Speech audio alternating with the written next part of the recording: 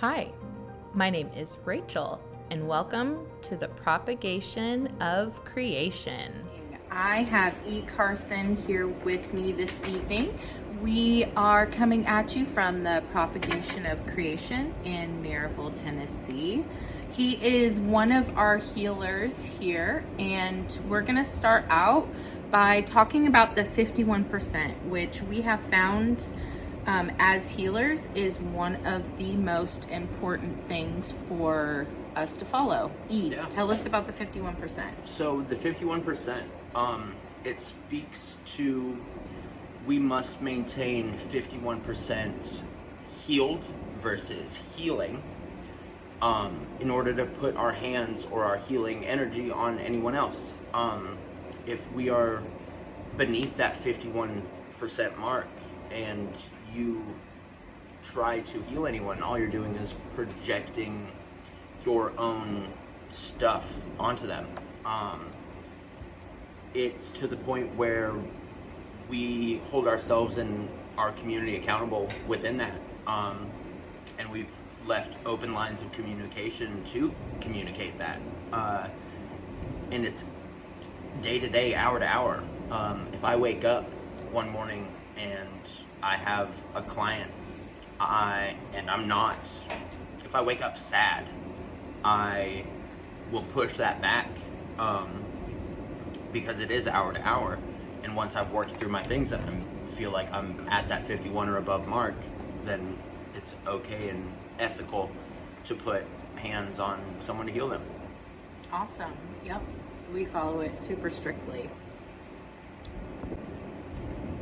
So next, we're going to talk about one thing that E specializes here at the propagation, and it is cord cutting.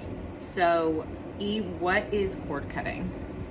So with whomever, whatever we have interactions with, we have relations with, we have relationships with, we connect energetic cords to them.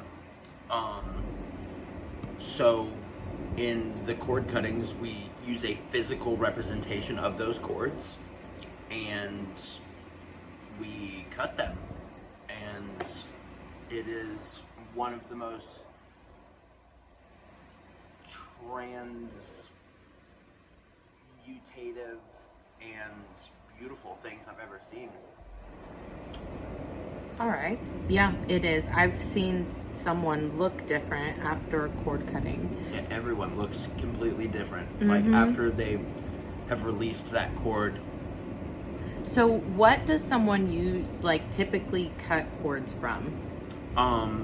We cut cords from trauma, from past versions of ourselves, from people that no longer serve us. Anything that is no longer serving us, we cut cords from. And just because we're cutting a cord from someone doesn't mean that we're cutting them out of our lives in any way.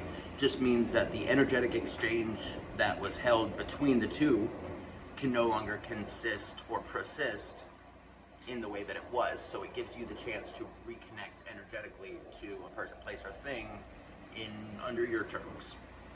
Awesome. Yep, we see all sorts of people, everything under the sun.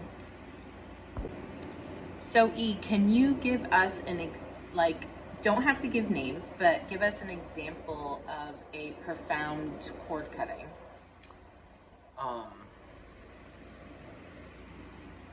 Yeah. So, there was a client, through the process, the whole cord cutting process is beautiful. There's this client that lots of trauma and abuse from parental figures. And through the cord cutting process, I have them wrap the cord weave them through their hands. If it's a man, their right hand, the divine masculine, the left, divine feminine. And with each wind of the hand, I have them express a situation or something that they want to rid themselves of that is no longer serving. And then with each one of those winds, they have to express gratitude, because in order to remove space, it's got to be full spectrum. So it has to be something you want gone, and then you have to express the gratitude for it. And it was a lot. They like more turns and wraps and weaves than I've ever seen before. But so because when we are clearing space, we have to fill space, and so I have them sit with the cord, and I energetically help pull all the tension from that. And as soon as you start pulling tension, like the other party from that feels it. Like literally this person got a message on their phone from the person that they were detaching from. And so because we're clearing space, we have to fill space. So then with the unravel of each one of those turns, I have them bring in a manifestation, a wish, something that they want for themselves, that they're not going to be tied to that space anymore. They're not connected with that cord. And when everything was said and done and that cord was cut, I literally handed them a mirror, and because they physically changed, like they became the most beautiful version of themselves that I've ever seen, that they've ever seen. It is such a beautiful process to watch and to facilitate.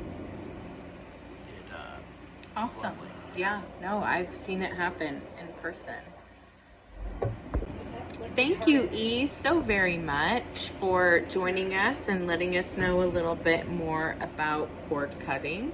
If anyone has any questions, they can find us on Facebook, The Propagation of Creation, or you can email him at thepropagationofcreation@gmail.com. Thank you so very much, E. This is Rachel with Unguru Your Life.